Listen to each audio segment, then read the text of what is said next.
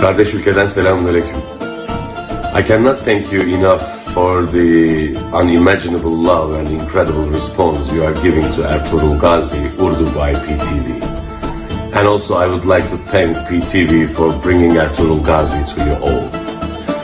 आपसे मेरी तरफ से ईद मुबारक.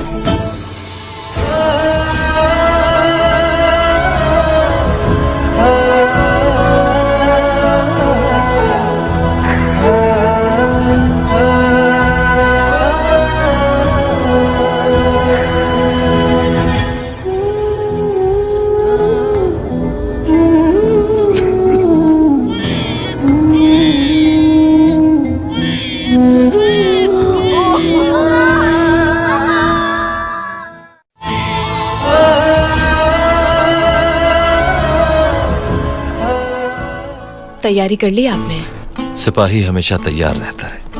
ख्याल रखिएगा, मेरी दुआएं साथ हैं आपके। हर मुश्किल आसान हो आपकी। खैरियत से जाएं आप और खैरियत से वापस आएं। कामयाबी मुकद्दर हो आपका। और अब से ये जिंदगी अपनी आपकी अमानत समझकर गुजारूंगी, क्योंकि मैं जान गई हूँ कि मेरा सब कुछ आप है। जिस जिंदगी को तुमने अमानत कहा, उसमें कभी खयानत नहीं देखोगी तुम।